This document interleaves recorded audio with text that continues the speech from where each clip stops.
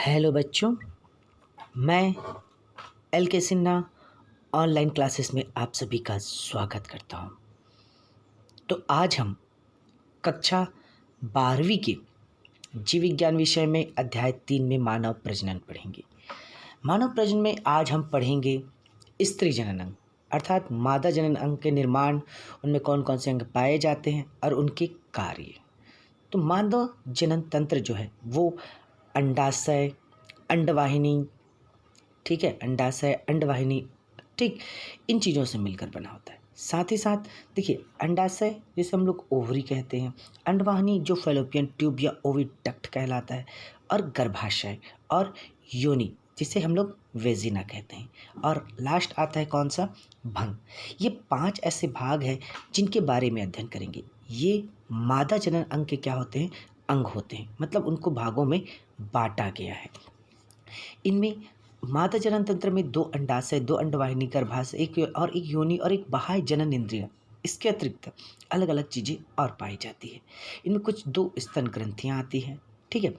अब इसमें प्राथमिक जनन तंत्र और सहायक जनन तंत्र की बात करते हैं।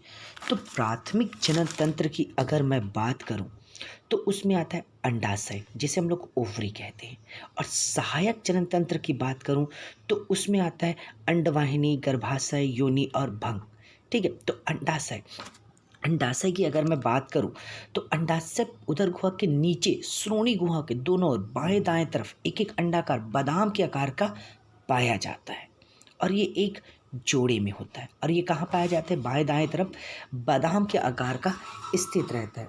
और इस अंडाशय में करीब, अगर इनके आकार को देखें तो ये करीब 3 सेंटीमीटर लंबा रहता है और 1.5 सेंटीमीटर चौड़ा तथा 1 सेंटीमीटर मोटा होता है।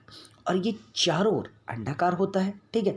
और ये चारों ओर अंडाकार होने के साथ साथ ही, ठीक है, पेरिटोनियम झिल्ली से क्या रहता है, घिरा रहता है।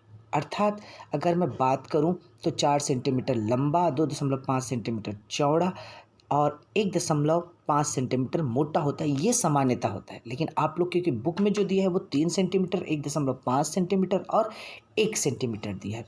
वो किसके अनुसार दिया है, वो बुक के अनुसार है, एनसीईआरटी के, ठीक है। और इसके अलावा अगर हम सामान्यतः बात करें तो इसमें एक पेल्विक कैविटी जो दोनों दाएं और बाएं ओर स्थित रहता है। कार्य अंडे का निर्माण और ग्राफियन फॉलिकल में होता है, ठीक है। अंडे जो भ्रूण का निर्माण होता है, अंडाशय ओवरी जिसे कहते हैं, उसका निर्माण होता है, ठीक है, इसी में। और इसमें कौन, प्रोजेस्टेरॉन और एस्ट्रोजन हार्मोन्स जो है स्रावित होते हैं। फैलोपियन ट्यूब इसमें बहुत महत्वपूर्ण चीज़ होती है। क्यों? क्योंकि यही जो है क्या करती है, इस चीज़ को क्रिया करने पे कार्य करती है। मतलब फैलोपियन ट्यूब के द्वारा ही क्या होती है, प्राथमिक जनन तंत्र का एक मुख्य भाग होता है। ये क्या करती है, ये मादा के अंडवाहिनी में होती है और अंडाशय के ऊपरी भाग से शुरू होकर गर्भाशय के दोनों ओर जाती हुई, ठीक है, ये पार्श्व झिल्ली से बाहर की ओर आती है और नलिका के शीर्ष भाग पर उंगली के समान एक झालर बनाती है जिसे फिब्री कहते हैं। क्या कहते हैं उसे, फिब्री कहते हैं। अर्थात ये एक जोड़ा संख्या में 2 होते हैं, 2 सिरे स्थित होते हैं। एक सिरा गर्भाशय में और दूसरा सिरा मैंने बताया कहाँ, अंडाशय से जुड़ा रहता है, ठीक है। और प्रत्येक नलिका 10 सेंटीमीटर लंबी होती है। ये किसके कार्य होते हैं, ये फैलोपियन ट्यूब के कार्य होते हैं, ठीक है। इसके अलावा अगर इसकी बात करूं तो ये निषेचन की क्रिया अंडवाहिनी में होती है। मतलब निषेचन जो क्रिया होती है वो इसी अंडवाहिनी की क्रिया पर होती है। जो भ्रूण का निर्माण होना है वो इसी अंडवाहिनी के भाग पर होता है। अंडवाहिनी वाले सिरे पर उंगली के समान एक रचना रहती है, ठीक है, जिसे हम लोग क्या कहते हैं, सामान्यतः फिब्री कहते हैं। फिब्री अंडाणु को पकड़कर, ठीक है, फिब्री जो है अंडाणु को क्या करता है, पकड़कर गर्भाशय तक पहुंचाती है। फिब्री क्या करती है, अंडाशय को पकड़ती है फिब्री अंडाणु को, और कहाँ पहुंचा देती है, वो गर्भाशय तक पहुंचाने का कार्य करती है।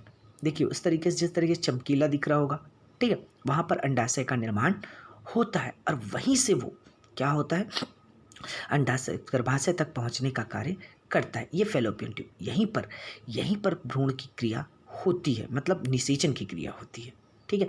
ये अंडवाहिनी का कार्य होता है। अब अगर मैं बात करूं कि निषेचन की प्रक्रिया हुई तो ये शुक्राणु और अंडाणु दोनों जाकर गर्भाशय पर नहीं मिलते, बल्कि कहाँ मिलते हैं, वो फैलोपियन ट्यूब में मिलते हैं। और जो गर्भधारण मतलब कभी कभी कहा जाता है नसबंदी, तो उस समय कौन सी वाहिनी को काटा जाता है, फैलोपियन ट्यूब को काटा जाता है।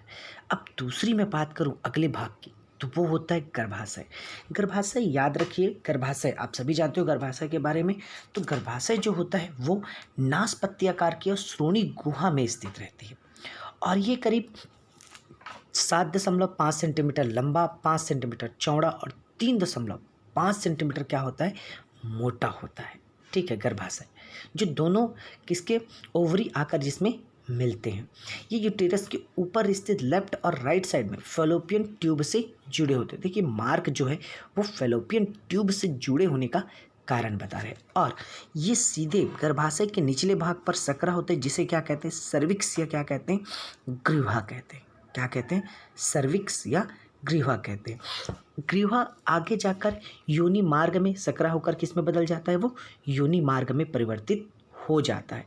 ये गर्भाशय की संरचना होती है। साथ ही साथ इसमें पेशियां होती है जो अंदर एक कोश की स्तरी होती है, जिसे गर्भाशय अंतः स्तर कहते हैं। और इसी गर्भाशय अंतः स्तर में ही किसका, भ्रूण पोष का निर्माण होता है। जब गर्भ में बच्चा रहता है तो उस समय भ्रूण पोष बनता है, जो बच्चे को क्या करता है, भोजन प्रोवाइड करता है, मतलब भोजन देने का कार्य करता है।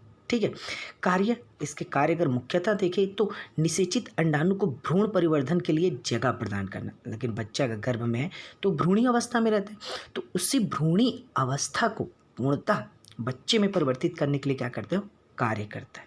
फिर आता है कौन, वेजिना, जिसे हम लोग क्या सामान्यतः क्या कहते हैं, योनि कहते हैं, या एक नली के समान होता है योनि। कैसा होता है, एक नली के समान होता है योनि। और साथ ही साथ ये करीब 7.5 सेंटीमीटर लंबी होती है, और ये यूटेरस से लेकर आउटर फ्लोर मतलब बाहरी संरचना तक क्या रहता है, फैला हुआ रहता है। ठीक है, याद रखिएगा। ठीक है, ये प्रश्न कभी कभी आता है कि यूटेरस आउटर फ्लोर से कहाँ तक फैली रहती है, तो याद रखिए बाहरी स्तर तक फैली रहती है। और इसकी दीवार पर मसल्स टिश्यू के बने होते हैं। एक सिरा सर्विक्स यानी बाहर की ओर और दूसरा सिरा बाहर खुलता है, एक सर्विक्स के अंदर की ओर खुला। ठीक है, जिसे क्या कहते हैं, जिसे जेनेटियल क्या कहते हैं, कैविटी भी कहते हैं। ठीक है, तो इस तरीके से ये संरचना पाई जाती है। इसके आंतरिक और बाह्य स्तर को जोड़ने का कार्य करती है कौन, वेजिना। ठीक है, इसकी दीवार पर एक तरल पदार्थ निकलता है जो सुरक्षा और चिकनाई देता है। इसी के समय क्या होता है, क्रिया करने में, निषेचन की क्रिया में क्या करता है, वो सहायता प्रदान करने का कार्य करता है। ठीक है, इतनी चीज़ें होती है किसमें, योजिना में। और इसका कार्य अगर देखें तो मेल सेमेन या वीर्य को गर्भाशय तक पहुंचाने का कार्य करता है। स्पर्म आया वे योवेजिना यानी योनि से होते हुए वजाइना से कहा जाएगा गर्भाशय तक पहुंचने का कार्य करता है। ये इसके द्वारा होता है, किसके द्वारा होता है, ये योनि के द्वारा। अब ठीक है, क्या पढ़ेंगे हम, भंग के बारे में पढ़ेंगे। भंग जो है महिला जनन का बाहरी हिस्सा है, यह यौन या योनि की रक्षा करता है, और ये यौन प्रतिक्रिया का केंद्र होता है। ठीक है, अब इनके लक्षणों को देखें। ठीक है, तो देखिए कुछ पॉइंट यहाँ पर लिखे हुए हैं, ध्यान से आप लोग को समझ में आ जाएंगे। भंग की जो क्या करता है, शैल के नीचे रस्ता रखकर त्वचा रूपी संरचना का निर्माण करता है और एक परत का निर्माण करता है। ठीक है, और ये भीतरी दीवार और आंतरिक दीवार दोनों पर छोटी छोटी इसमें क्या रहते हैं, एम्बुलेंस रंग की परतें पाई जाती है। और इसके अगर तीसरी बात की बात करो, ये मांस का छोटा सा तिकोना उभार होता है, जिसे कामोत्तेजना कहते हैं, निषेचन के समय सहायता प्रदान करता है। ठीक है, इसके अलावा योनि पर एक छिद्र होता है जो बाहर की ओर निकलता है। ठीक है, योनि छिद्र, ये योनि छिद्र के अंदर की तरफ ढके हुए रहता है टोपी जैसे, और ये बीच में एक छिद्र होता है जिसे हम मानसिक संरचना में उपयोग करते हैं। तो इस तरीके से आज हमने पढ़ा मादा जनन तंत्र। ठीक है, अगली वीडियो में मैं आप लोगों को पढ़ाऊंगा कौन सा, नर जनन तंत्र। तो कुछ क्वेश्चन है इससे संबंधित। ठीक है, पहला जैसे अंडाशय, अंडाशय में अंडाणु का निर्माण की प्रक्रिया क्या कही जाती है। ठीक है, तो आपके पास 4 ऑप्शन हो जाएंगे। ठीक है, इन क्वेश्चनों को होमवर्क के तौर पे यूज कीजिएगा। अंड जनन, अंडोत्सर्ग, अंड निक्षेपण या अंडजारा। ठीक है, ये पहला हुआ।